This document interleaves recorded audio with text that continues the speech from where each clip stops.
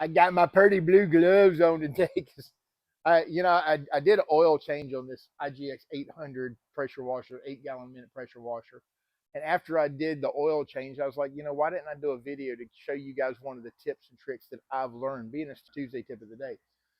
So one of the tips I learned is on a lot of these drain hoses, it seems like no matter what you do, you're going to make a mess. So I've learned a trick through the years of changing my oil is after I've cracked the cap loose on the drain hose, if you lift that up before you pull that cap off and have yourself a random length of hose, I can pull that cap off and then I put that hose onto it so it's over the hose. Yes, I have a cap on this one, but you put that on there and then you could actually let that drain down to whatever your oil pan is because it drains so slow.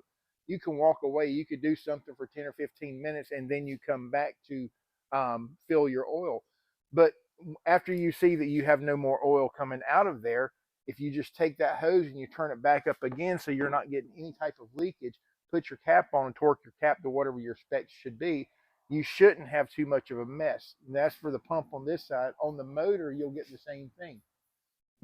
You'll have these drain hoses here. If you take that drain hose and push that up and then you pop the cap off and put your drain extension hose into whatever you want it to be, and you can walk away from that for 10 to 15 minutes.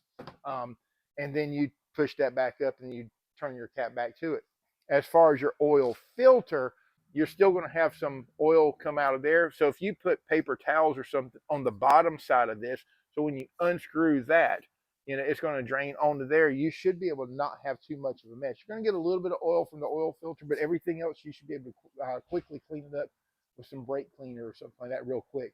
But hopefully that helps you guys out. Make sure you're putting the right oil into whatever your manufacturer recommends. I'm not telling you to go up there and screw it up. I'm just showing you a trick that I've learned. Guys, I appreciate you. PressureWashingDepot.com.